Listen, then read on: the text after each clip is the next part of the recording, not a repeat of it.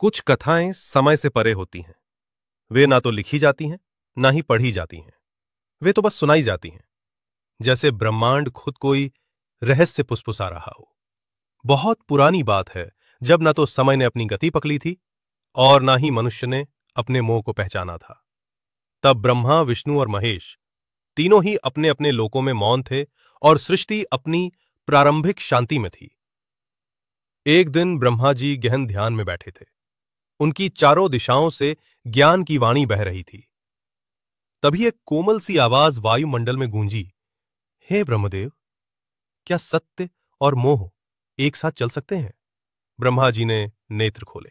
उनके सामने प्रकट हुआ एक दिव्य पक्षी।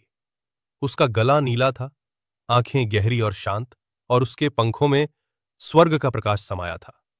यह नीलकंठ था, देवताओं का संदेशवाहक, जिसे त्रिदेव भी आदर से बुलाते थे। ब्रह्मा जी ने मुस्कुराकर पूछा, नीलकंठ, तुम इतने असमय क्यों आए हो? क्या कोई असंतुलन उत्पन्न हो गया है? नीलकंठ झुका और बोला, सृष्टि में एक द्वंद्व शुरू हो गया है प्रभु। मनुष्य अब सत्य के साथ साथ मोह में भी डूबने लगा है। वो निर्णय नहीं कर पा रहा कि किसका मार्ग अपनाए, सत्य का जो कठिन है या मोह का जो मधुर प्रतीत होता है। ब्रह्मा जी गंभीर हो गए। उन्होंने संकेत किया और सामने एक ज्योति प्रकट हुई, जिसमें एक युवक दिखाई दे रहा था। वो युवक था राजकुमार जीवातन, जो ज्ञान, धर्म और प्रेम के बीच फंसा था। राजकुमार जीवातन अमृत वर्षा राज्य का उत्तराधिकारी था। ये राज्य अपनी बुद्धिमत्ता, कला और धर्म के लिए प्रसिद्ध था। राजा धर्मदत्त, उसके पिता, केवल एक नरेश ही नहीं बल्कि एक ज्ञानी तपस्वी भी थे, जिनकी सभा में ऋषि, मुनि और सिद्ध योगी भी सम्मान से बैठते थे।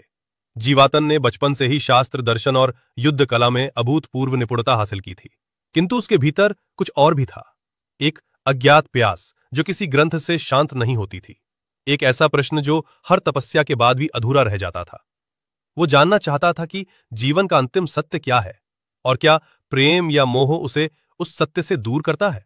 इसी प्रश्न के उत्तर में वो हर वर्ष राज्य की सीमाओं से परे निकलता, ग्रामीणों से मिलता, साधुओं के साथ बैठता और जीवन के विविध रंगों को देखता। उसी क्रम में एक दिन वह पहुंचा अमृत वर्षा राज्य के दक्षिण पूर्वी छोर पर बसे एक छोटे से गांव मालिनी ग्राम में। वहां उसकी भेंट हुई माधवी से। माधवी एक साधारण ग्रामीण कन्या, जिसकी मुस्कान में किसी ऋषि की शांति थी और आंखों में नदी जैसी गहराई। वो कोई रानी नहीं थी, कोई विदुषी नहीं थी, लेकिन उसकी सरलता में ऐसा आकर्षण था जैसे खुद सृष्टि उसके माध्यम से कुछ कह रही हो। वो मंदिर के पीछे तुलसी तोड़ती थी, वृद्धों के चरण छूती थी, बच्चों को कहानियां सुनाती थी। उसकी दिनचर्या सरल थी, लेकिन उसमें कोई करुण संगीत था जो जीवातन को खींच लाया। पहली बार जब उनकी दृष्टि मिली तो समय ठहर गया। माधवी ने केवल मुस्कुराकर कहा, राजकुमार भी कभी गांव आते हैं? जीवातन ने पहली बार किसी स्त्री के सामने मौन को उत्तर बनाया, और वो मौन ही उनके संवाद की शुरुआत बनी। दिन बीतते गए। जीवातन गांव में अधिक समय बिताने लगा। वे दोनों नदी किनारे बैठते, जीवन पर बात करते और चुपचाप दूर पहाड़ों को देखते रहते।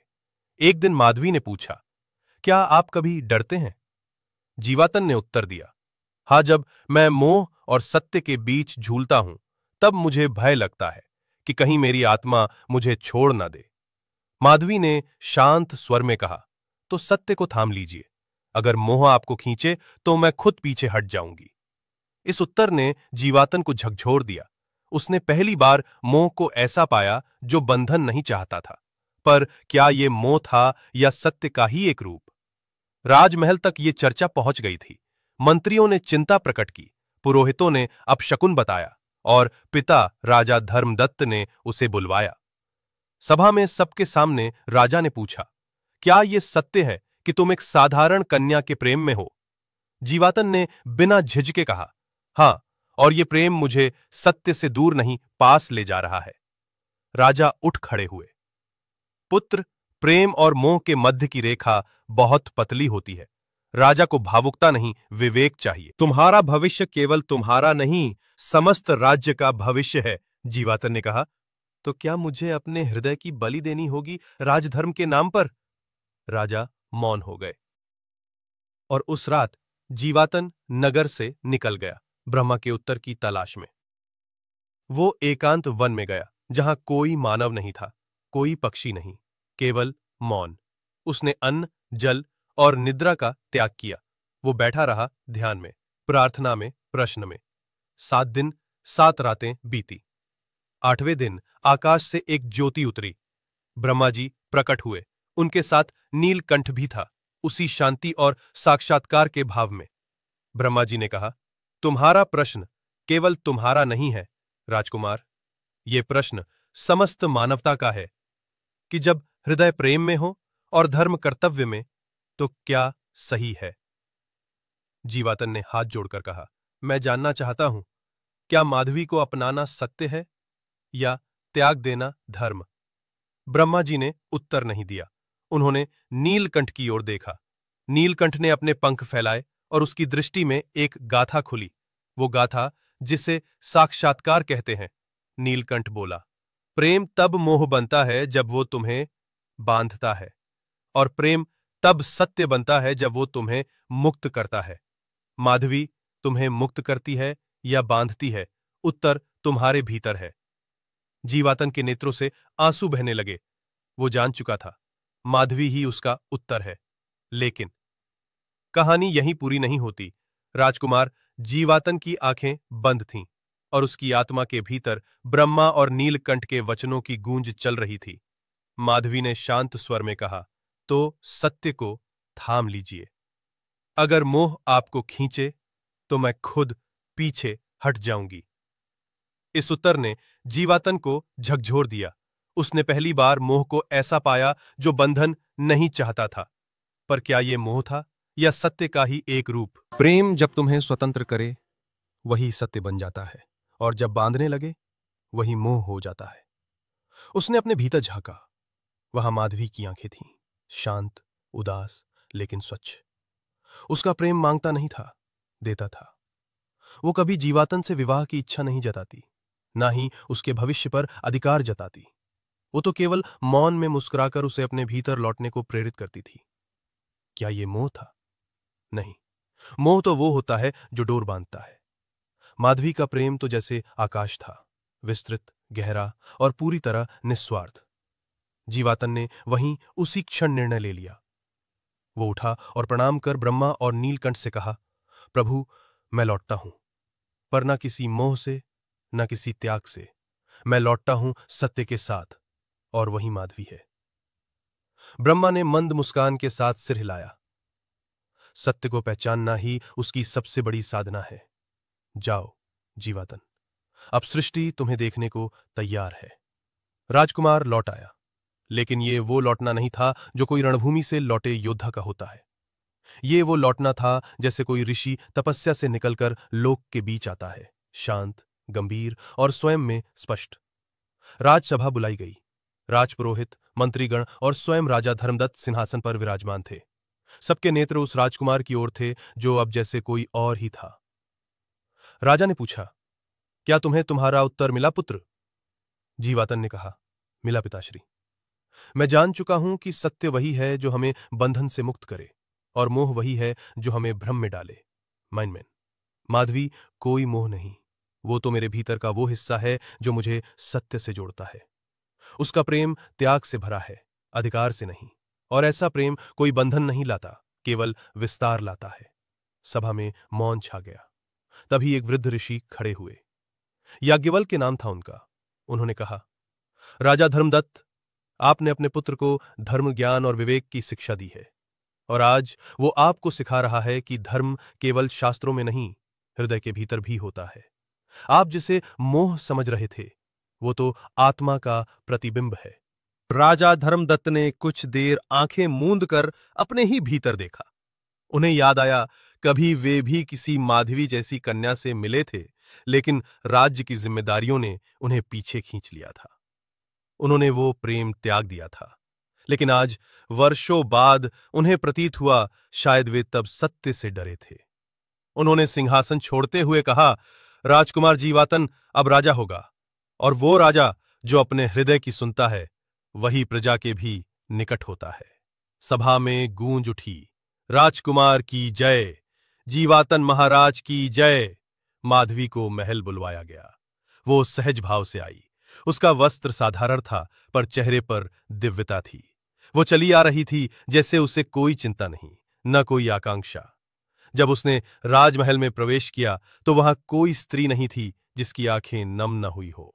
राजा ने स्वयं आगे बढ़कर उसका स्वागत किया और कहा, माधवी, आज मैं समझ पाया कि धर्म केवल मंदिरों में नहीं होता, वो उन आंखों में होता है जो मौन होकर भी सत्य दिखा देती हैं। माधवी ने केवल सिर झुकाया। राजा ने आदेश दिया कि अब माधवी ही महारानी बनेगी। माधवी मुस्कुराई, बोली, मैं महारानी बनने नहीं आई, मैं तो केवल उस प्रेम की साक्षी हूं जो मोह नहीं, मुक्ति देता है। यदि राज्य को मेरा साथ स्वीकार है तो मैं आपके साथ खड़ी हूं, पर सत्ता के लिए नहीं, सेवा के लिए। उस दिन अमृत वर्षा में अनोखा उत्सव हुआ।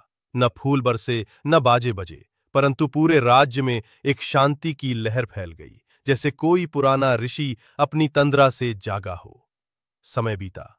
राजा जीवातन ने न केवल न्याय और नीति से शासन किया, बल्कि अपने राज्य को सत्यवर्षा नाम दिया। वहां प्रेम को भी शिक्षा की तरह महत्व मिला। उन्होंने विद्यालयों में केवल वेद, गणित या शास्त्र नहीं पढ़ाए, वहां आत्मा का विवेक, मौन का अर्थ और त्याग की व्याख्या भी पढ़ाई जाने लगी। माधवी ने हर कन्या को सिखाया, प्रेम करना कोई कमजोरी नहीं, यदि उसमें स्वार्थ ना हो। और हर युवा को यह सिखाया गया, मोह केवल वही होता है जिसमें हम दूसरे को पाना चाहते हैं, पर प्रेम वो है जिसमें हम दूसरे को स्वतंत्र छोड़ते हैं। नीलकंठ उस राज्य की सीमाओं पर उड़ता रहा। कभी कभी आकाश से नीचे झांक कर देखता और उसकी चोंच से निकलता था बस एक मौन गीत। परंतु समय की चाल कभी थमती नहीं। वर्षों बाद, जब राजा जीवातन वृद्ध हो चुके थे और माधवी हिमालय में ध्यानस्थ हो चुकी थी, एक दिन नीलकंठ पुनः ब्रह्मलोक पहुंचा। ब्रह्मा जी ध्यान में थे। उन्होंने पलकें खोली और नीलकंठ से पूछा, क्या अब मनुष्य मोह और सत्य का भेद समझ चुका है? नीलकंठ ने उत्तर दिया, कुछ लोग समझते हैं, कुछ नहीं। परंतु अब एक बीज बो दिया गया है जो हर युग में, हर आत्मा में अंकुरित होगा। और जब भी कोई मानव मोह से थक जाएगा, वो जीवातन और माधवी की कथा सुनना चाहेगा। ब्रह्मा जी मुस्कुराए, बोले, कथा तो फिर वही रहेगी, केवल पात्र बदलेंगे। नीलकंठ ने उत्तर दिया, हां, लेकिन जब तक कथा रहेगी, सत्य जीवित रहेगा। नीलकंठ उड़ चला और उसके पंखों से आकाश में फिर वही रहस्य फुसफुसा उठा। कुछ कथाएं समय से परे होती हैं। वे ना तो लिखी जाती हैं, ना ही पढ़ी जाती हैं। वे तो बस सुनाई जाती हैं, जैसे ब्रह्मांड खुद कोई रहस्य फुसफुसा रहा हो। बहुत पुरानी बात है, पर कुछ अनुभव समय से बाहर होते हैं और कुछ रिश्ते मृत्यु से भी परे। नीलकंठ की उड़ान थम चुकी थी। वो अब आकाश की ऊंचाइयों में नहीं, बल्कि धरती की धूल में उतरने को तैयार था, क्योंकि उसके भीतर एक पुकार उठ रही थी, माधवी की, जो वर्षों से हिमालय के एकांत में तप कर रही थी। वो अब साध्वी कहलाती थी, पर उसके अंतस में अब भी वो प्रेम जीवित था जिसने कभी एक राजकुमार को राजा बना दिया था। हिमालय की ऊंचाइयों पर बर्फ नहीं, मौन गिरता है, और उसी मौन में बैठी थी माधवी। उसने संसार को त्याग नहीं दिया था, बस उसे छूना बंद कर दिया था। उसकी आंखें अब भी जीवन को वैसी ही नजर से देखती थी जैसे पहली बार जीवातन को देखा था, निर्मल, बिना किसी स्वार्थ के। एक दिन जब वो ध्यानस्थ थी, उसे एक हल्की सी पवन की सरसराहट ने छुआ। वो जानती थी कोई आने वाला है, जैसे किसी आत्मा की आहट हो। उसने धीरे से आंखें खोली। सामने नीलकंठ खड़ा था, वही जो कभी ब्रह्मा के साथ संवाद करता था, वही जो आज मौन था। उसकी चोंच से कोई शब्द नहीं निकला, पर उसकी आंखें सब कुछ कह गई। वो अब नहीं रहा, माधवी ने बिना कोई नाम लिए पूछा। नीलकंठ ने गर्दन झुकाई, पर वो मौन नहीं था, वो साक्षात उत्तर था। माधवी कुछ देर शांत बैठी रही।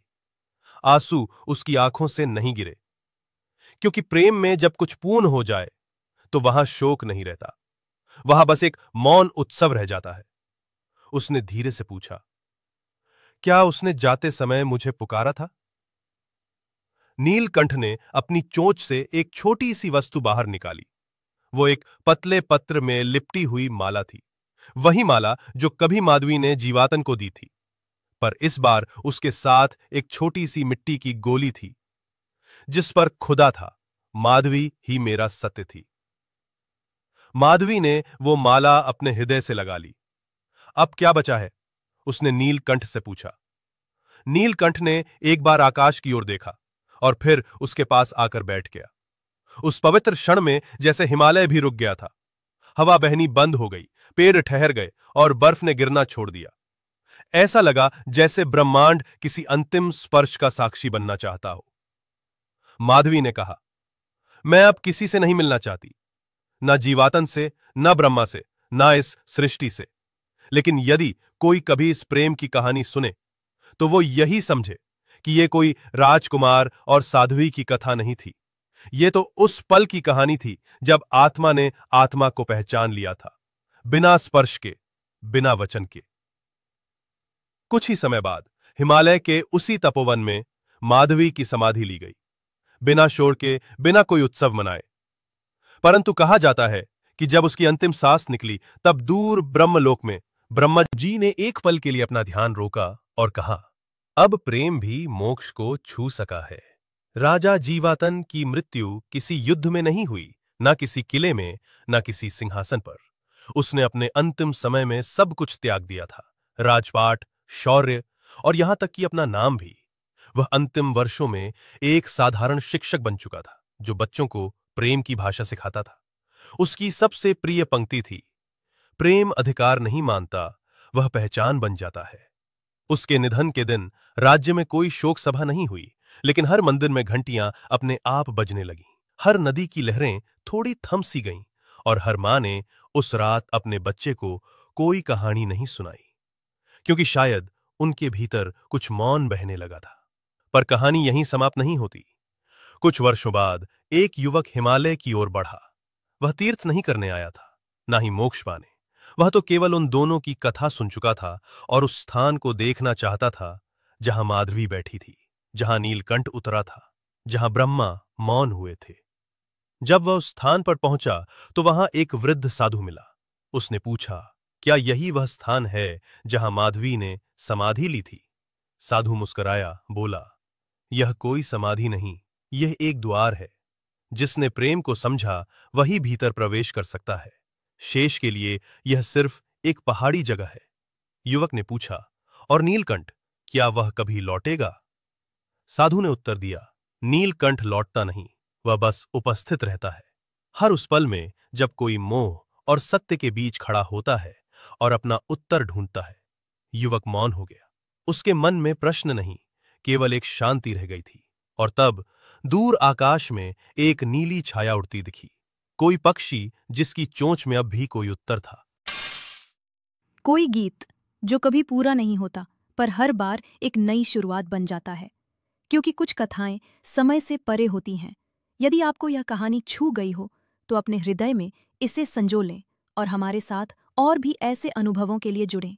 हमारे चैनल स्टोरी वाली यात्रा को सब्सक्राइब करें